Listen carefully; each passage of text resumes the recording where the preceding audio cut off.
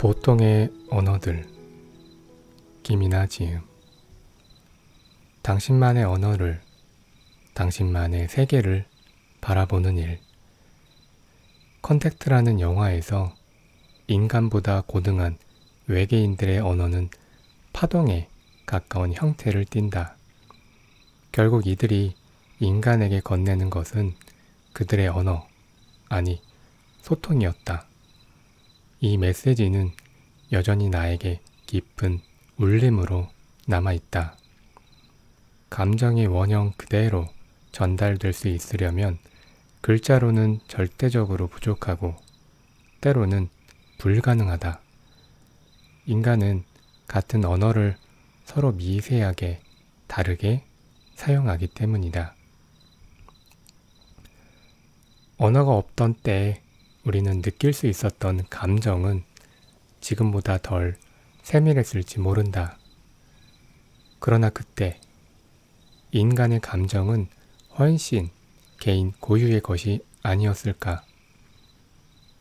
우리는 감정을 표현함으로써 소통한다고 생각하지만 사실은 우리가 느끼는 감정에 가장 가까운 언어를 골라서 소통하고 있다.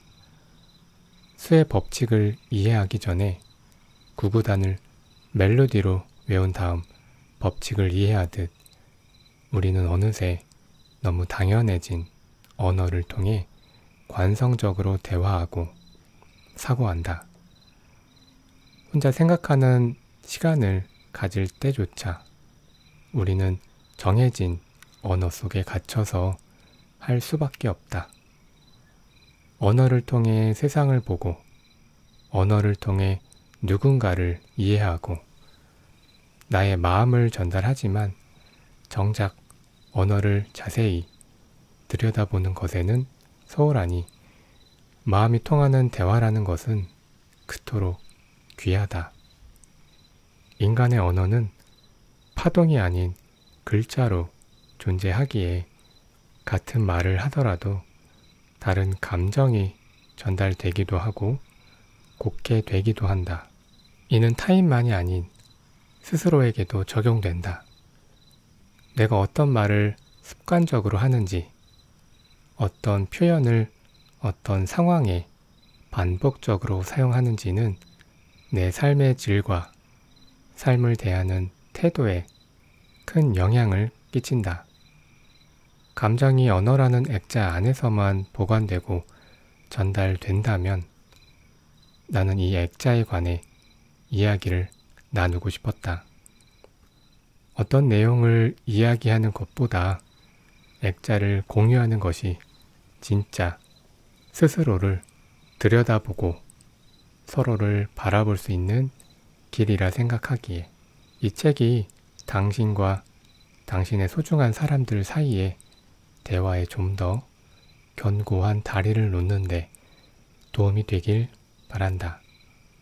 주파수가 맞으려면 박자를 맞춰 가야 해. 웨이브라는 의미에는 파동이라는 뜻도 있잖아요. 만물이 존재하고 있는 그 형태가 쪼개어 들어가다 보면 물질이기도 하고 파동이기도 하다라는 것이 과학에 대해서 굉장히 지식이 없는 저에게 너무 흥미로웠어요. 아, 우리의 존재라는 것이 어쩌면 파동이겠구나. 그래서 누군가가 누군가와 통하는 것을 쟤랑 나랑은 코드가 맞아, 주파수가 맞아, 이렇게 이야기하잖아요. 관계라는 것은 파동의 만남이고 그 파동이 서로 박자를 맞추어가는 것이 우리가 한 사람과 긴 길을 오랫동안 걷고 싶어하는 것과 같은 그런 모양새 아닐까? 이런 생각이 들었어요. 사랑한다, 좋아한다. 상대방을 향한 내 감정의 속성. 분명한 경계선이 없어 혼돈스러운 감정들이 있다. 좋아하는 마음과 사랑하는 마음이 그렇다. 좋아하는 마음에 확실히 매듭이 지어져서 결단코 사랑이 아닌 경우도 많겠지만 대개의 사랑은 좋아함에서 싹틈으로 그렇게 방심할 만한 문제는 아니다. 사랑하는 게 좋아하는 것의 상위 감정이라고 믿어왔지만 언젠가부터 나는 이 두 감정이 각기 다르게 소중하게 느껴졌다. 더 솔직히 말하면 좋아한다는 감정이 더 반갑다. 좋아하는 마음이 사랑인지 알 수 있는 방법은 많다. 좋아하거나 사랑하거나 만나면 반가운 건 마찬가지다. 그러나 헤어져 있는 어느 때 못 견디게 보고 싶다면 사랑일 확률이 높다. 연인 사이의 사랑의 속성 중 하나는 그리움이다. 그리움이라는 건 빈 곳이 느껴진다는 것. 다시 말해 이곳이 당신으로 채워지길 바라는 마음이다. 사람은 소유할 수 없다지만 어쩔 수 없이 소유하고 싶어지는 얄궂은 마음이 사랑이다. 좋아한다는 감정은 반대로 조건이 없다. 혼자서 사랑하는 사람을 바라보면 마음 한편이 시큰해지기도 하지만 좋아하는 사람은 그런 게 없다. 해가 좋은 날 널려진 빨래가 된 것처럼 뽀송뽀송 유쾌한 기분만 줄 수 있는 건 좋아하는 사람이다. 사랑하는 사람은 카사노바가 아니라면 유일무이하지만 좋아하는 사람은 다수일 수 있다. 아마도 이 차이가 좋아하는 마음이 사랑하는 마음보다 덜 특별하다는 오해의 원천일 수 있겠다. 내가 좋다는 마음을 귀하게 보는 데는 이 감정이 가진 실시간성과 일상적임에 있다. 우리가 좋다는 말을 언제 하는지 떠올려 보면 실시간성이라는 말이 무언지 이해가 갈 것이다. 친구랑 공원에 앉아 기분 좋은 바람을 맞을 때, 마음에 쏙 드는 카페에 앉아 수다를 떨다 문득 뱉게 되는 말. 좋다. 사랑하는 마음은 나를 붕 뜨게 하기도 한없이 추락하게 하기도 하는 역동성을 띤 반면 좋아하는 마음은 온 몸과 마음의 긴장을 풀리게 해주는 안정성이 있다. 사랑하는 마음과 좋아하는 마음에 무등호를 붙일 생각은 없다. 이 둘은 맞닿아 있는 듯 완벽하게 다른 세계를 빚어내는 감정이며 그저 좋아한다는 마음이 얼마나 우리 삶을 윤택하게 만드는지 잊지 않길 바랄 뿐이다. 실망. 우리 모두 불완전한 인간. 우리는 서로를 실망시키는데 두려움이 없는 사이가 됐으면 좋겠어요. 라디오를 막 시작했을 즈음 무심결에 했던 말이다. 이세별 작가가 이 말이 마음에 남았는지 라디오 프로그램 SNS 계정에 글귀로 남겼는데 내가 앞으로 청취자들과 꽤나 깊은 관계가 되고 싶어 하는 욕심이 적나라하게 드러난 말이라 스스로도 깜짝 놀랐다. 나는, 아니 우리는 모두 사회성이란 것을 갖추게 되었고 그것은 아주 가깝지 않은 누군가에게 달처럼 존재할 줄 아는 능력을 포함한다. 상대가 불편하지 않을 만큼의 단면을 보여줄 줄 안다는 말이다. 한 끗 차이의 예의, 사교성, 가식을 넘나드는 기술이겠다. 나는 밖으로 비춰지는 모습으로는 상당히 외향적이고 친화력이 좋다. 그래서 안다. 한눈에 그래 보이는 사람이 오히려 대인 관계가 살 얼음판 위를 걷는 것만큼 어려울 거란 사실을. 그런 이들은 불편하거나 어색한 공기를 견디지 못해 초면에 오히려 광대를 자처하기 때문이다. 나는 사람은 완벽하지 않다는 말은 완벽히 상대적인 말이라고 생각한다. 모든 관계를 단절하고 나 하나만 놓고 보자면 나는 완벽하다. 잘난 부분 딱 그만큼의 못난 부분을 갖춘 완벽한 밸런스를 갖춘 사람이다.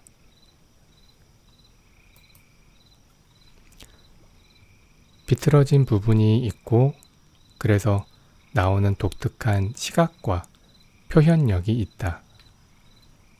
모나게 튀어나온 못된 심술도 있고 그 반대편엔 튀어나온 만큼 쑥 패여서 무언가를 담아내는 포용력이 있다. 대부분의 장점과 단점은 이렇게 서로 등을 지는 형태라 떼어놓고는 말할 수가 없다. 예민함과 섬세함, 둔함과 털털함처럼 어디에나 맞는 만능 퍼즐 조각이 없듯 이렇게 각자의 모양으로 존재하는 우리는 그래서 누군가에게는 반드시 완벽하지 않다. 이 당연한 사실을 쌓여만 가는 사회성 때문에 종종 잊곤 한다. 그래서 우리는 상대의 단면에서 벗어난 모습을 보았을 때 종종 실망이란 것을 한다. 실망이라 함은 바라던 일이 뜻대로 되지 않아 상한 마음을 뜻한다. 여기서 우리가 주목해야 하는 건 상한 마음이 아니라 바라던 일이다. 실망은 결국 상대로 인해 생겨나는 감정이 아니다. 무언가를 바란, 기대를 한, 또는 속단하고 추측한 나에게서 비롯되는 것이다. 앞서 말했듯 우리는 완벽하지 않은 고유의 모양으로 존재하는데 타인을 바라보는 시각 또한 그렇다. 나의 경험치와 취향, 태생적 기질 등 이 비전엔 지극히 사적인 시선으로 서로를 볼 수밖에 없다. 그러나 기대에는 아무 잘못이 없다. 보이지 않는 부분을 가늠하는 것은 인간의 특권이자 낭만이니까. 그게 없이 어찌 사랑에 빠지거나 연민을 느낄 수 있겠는가? 그렇다면 기대의 반대 의미는 무엇일까? 오해, 편견쯤 되겠다. 둘 다 사적인 시각에서 비롯되지만 기대에는 애정이 그 시작점에 관여를 하고 오해와 편견에는 그에 반대되는 감정이 관여했다는 차이만 있다. 때로 기대는 실망을 낳고 오해나 편견이 호감으로 탈바꿈하기도 한다. 오래된 관계는 이 두 감정이 교차 반복되다가 찾은 평균점 같은 것이 아닐까. 내가 오래오래 지내고 싶은 사람들에게 하고 싶은 말은 바로 저 말이었던 것 같다. 실망시키는데 두려움이 없기를 바란다는. 더 솔직히 말하자면 나는 높은 확률로 당신을 실망시킬 테지만 우리 평균점을 찾아가 보지 않겠냐는 말. 있는 그대로의 모습으로 만인에게 사랑받을 수는 없다. 하지만 역으로 말하면 있는 그대로의 모습을 받아들인 소수와의 관계는 견고한 것이다. 한 번도 실망시키지 않고서는 나는 누군가와 진실로 가까울 자신이 없다. 우리 마음껏 실망하자. 그리고 자유롭게 도란거리자. 미움받다. 대충 미움받고 확실하게 사랑받을 것. 미움받을 용기라는 책이 공전에 히트를 친 해가 있었다. 내용을 떠나서 일단 제목만으로 사람 마음을 번쩍 깨우는 책이었다. 미움과 용기라는 단어의 조합에 열광하는 사람들이 그리 많은 걸 보면 미움받는다는 게 사람에게 어떤 의미인지를 생각하게 된다. 아무에게도 미움받지 않는 사람은 위험하다. 설령 대중적으로 그런 사람이 존재할지언정 측근들 사이에서 차라리 험담이 떠돈다면 그건 다행이다. 한 명의 사람이 누구를 대하든 매끄럽다면 그 사람은 흡사 존재하지 않는 것과도 같은 거니까. 그걸 아무리 알고 알아도 미움은 어릴 때 꼭 먹어야 된다고 엄마가 얹어주었던 맛없는 반찬처럼 삼키기가 싫다. 10명의 사람 중 두세 명에게서 미움을 받는다면 문제가 없어 보인다. 그러나 그게 100명, 1000명이 넘어가면 두렵다. 퍼센티지로는 동률이어도 숫자로 세워지는 마음이 미움이다. 살면서 대하는 사람들이 늘어나며 어느 순간 이에 대한 선택을 하기로 했다. 그럼에도 불구하고 생긴 대로 살아야 하겠다는 것 말이다. 방송을 하면서부턴 더더욱 그랬다. 어쩔 수 없이 호불호의 평가를 받아야 되는 일을 시작한 이상 내 방향성은 더 명확해졌다. 그건 바로 대충 미움받고 확실하게 사랑받는 것이다. 생각해보면 잘 모르는 사람이 내게 갖는 부정적 감정은 차라리 당연하다. 사람은 서로를 각자의 주관으로 바라볼 수밖에 없다. 그 앵글에서 모두에게 완벽한 피사체이고 싶은 마음을 가지면 그건 지옥의 시작일 테다. 대신 생긴 대로 살아가다 걸음망에 걸러지는 내 사람들은 사금처럼 귀하다. 내가 라디오 DJ를 꿈꿨던 이유도 라디오는 카메라보다는 좀 더 자연스럽게 나의 모습을 드러내고 함께 소통할 수 있을 것 같다는 생각에서였다. 듣다가 별로라 채널을 돌려버리는 사람들이 수없이 존재하겠지만 꾸준히 함께 해주는 사람들은 나의 삐뚤빼뚤한 모양을 보고도 같이 웃어주는 사람들이다. 방송인 동시에 이럴 수 있는 곳은 라디오가 유일한 것 같다. 대충 미움받고 확실하게 사랑받자. 미움받을 용기까지는 없는 사람들에게 권하고 싶은 나의 인생관이다.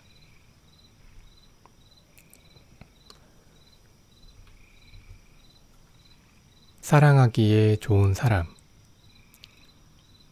결정적으로는 그 사람이 좋은 게 아니라 그 사람 눈에 비친 내 모습이 참 좋은 사람이라는 사실을 느끼는 거죠. 그때 느끼는 벅참이 있잖아요. 저도 그럴 때 벅참을 느끼는 것 같아요. 함께 있기만 해도 나를 좋은 사람으로 느끼게 해주는 사람이 있어요. 그 순간 비로소 이 사람은 나를 사랑하는 사람이구나 또는 나에게 좋은 사람이구나 하는 감정이 느껴지더라고요. 백화점에 거울을 두고 마법의 거울이라고들 말한다. 사진 어플처럼 무슨 기술인지 기분 좋은 비율 보정이 들어가 있다. 이 사실을 알면서도 거기서 걸쳐본 옷에 우리는 홀린 듯 카드를 바친다. 반대로 화장품 코너에는 진실의 거울이 있다. 평소에 톤업이 되는 선블락 정도를 바르고 다니는 나는 집에서 거울을 잘 보지 않는 편이라 이 거울 앞에 서면 어쩐지 필요한 화장품이 엄청 많을 것 같은 압박감을 느낀다. 집에서 나올 때 슬쩍 본 거울 앞에서는 그래도 괜찮은 것 같았는데 화장품 코너 거울 앞에서는 내 모공이 뭐라도 저장할 수 있을 것 같은 거대한 크기로 보이는 것이다. 사람도 그렇다. 나는 내 모습을 절대로 마주할 수 없다. 거울에 비친 모습만으로만 확인이 가능하다. 따지고 보면 내가 실제로 어떻게 생겼는지를 죽어도 모른다는 사실은 이상하다. 그리고 이것은 외면의 이야기만이 아니다. 시시각각 변하는 나의 내면도 마찬가지다. 야무지고 똑 부러지는 모습만 보이게 되는 상대가 있는가 하면 허술하고 실수투성이의 모습만 꺼내게 되는 상대가 있다. 사랑하기에 좋은 사람은 이 사람과 함께할 때 나의 가장 성숙하고 괜찮은 모습이 나오는 사람이다. 나는 어차피 누구에게도 완벽하거나 객관적으로는 설명이 가능한 한 사람으로 존재할 수 없다. 대상과 상황에 따라 미세하게 달라지기 때문이다. 그러니 나의 부족한 모습을 끊임없이 비춰주는 사람에게 혹여 이 사람이 그래도 나를 발전시켜 주겠지라는 마음에 매여 있지 않았으면 좋겠다. 타인의 시선으로만 발견되는 나의 고유한 아름다움, 훌륭함이라는 건 분명히 있다. 그리고 그런 좋은 모습을 볼수록 나 역시도 스스로를 그렇게 믿을 수 있게 된다. 그런 관계에서는 마르지 않는 시너지가 샘솟는다. 지나친 미화에만 길들여지지 않는다면 말이다. 당신 곁에 수많은 거울들을 떠올려 보라. 어떤 거울 앞에서 나는 가장 괜찮은 사람이었는가? 선을 긋다. 그 사람과 나 사이의 거리. 누군가에게 약간의 불편함을 느낄 때 그것을 그렇다고 말하거나 표현하는 것을 두고 선을 긋는다고 말한다. 그리고 이 표현에 자동적으로 따라 붙는 감정은 서운함이다. 그걸 모두가 알고 있기에 선 그을 펜을 쥔 사람은 머뭇거리게 된다. 어쩐지 매몰찬 행동 같으니까. 나는 아무리 친한 사람이라도 모두 약간씩의 거리를 두는 편이다. 아니, 친할수록 그렇다고 볼 수 있겠다. 가까워도 거리는 둬야 한다고 말할 때마다 구구절절 설명을 하게 되는 건 내 의도와 거리를 둔다는 말이 가진 쓰임새가 다르기 때문이다. 정확히 말하고자 하는 바를 풀자면 이렇다. 소중한 사람일수록 잘 바라보아야 한다. 세심히 살펴야 한다. 무언가를 제대로 보려면 최소 한 발자국 정도는 떨어져 있어야 한다. 사람의 마음도 그렇다. 당연히 잘 안다고 여기는 순간 관계는 V3가 깔리지 않는 컴퓨터가 된다. 역시나 일일이 설명하자니 장황하다. 그러나 내가 소중하게 생각하는 누군가에게 선을 그어야 할 때가 있을 때 반드시 이렇게 설명을 한다. 물론 내가 그리 여기는 상대들은 이 마음을 충분히 헤아리고 동의해준다. 선을 긋는다는 말은 내겐 모양을 그린다는 말과 같다. 5개의 선을 그어 만들어지는 게 별 모양이다. 다시 말해, 나는 이렇게 생긴 사람이야 라고 알리는 행위가 선을 긋는다는 의미다. 간단하게 지도를 떠올려 보자. 꼬불꼬불한 선으로 나뉘어 있는 수많은 국가들은 선이 있다고 해서 서로 단절된 관계들은 아니다. 한 예로 유럽의 경우 각국의 법령, 풍습, 기타 여러 가지 현실적인 차이들을 인정하고 배려하고 지키기 위한 테두리로 그려져 있지 않은가. 밤하늘에 셀 수 없는 별들이 그러하듯 사람 마음의 모양은 전부 다 다르다. 선을 긋지 않는다는 건 모양이 없는 액체 괴물처럼 살아가라는 말로 들린다. 그러니까 선을 긋는 건 여리고 약한 혹은 못나고 부족한 내 어딘가에 누군가 닿았을 때 나의 이곳이 이렇게 생겼어 라고 고백하는 행위다. 반대로 남들보다 더 관대하거나 잘난 부분이 있다면 그 부분은 시원하게 트여 있을 것이다. 이 부분은 나라는 사람을 탐험하는 상대방이 판단하는 부분이 된다. 그래서 어떤 관계는 나도 몰랐던 내 영역을 알게 해준다. 그렇게 우리는 서로를 통해 확장되기도 스스로를 알아가기도 한다. 살다 보면 부득이 선을 긋지 않아도 되는 사람들을 만난다. 그런 이들은 나름의 시간과 노력을 들여 나를 관찰해주고 그걸 토대로 내 성향을 점선으로나마 그릴 줄 아는 사람들이다. 그리고 그 밑그림이 나의 실제와 크게 다르지 않았을 때 나는 무장해제되곤 한다.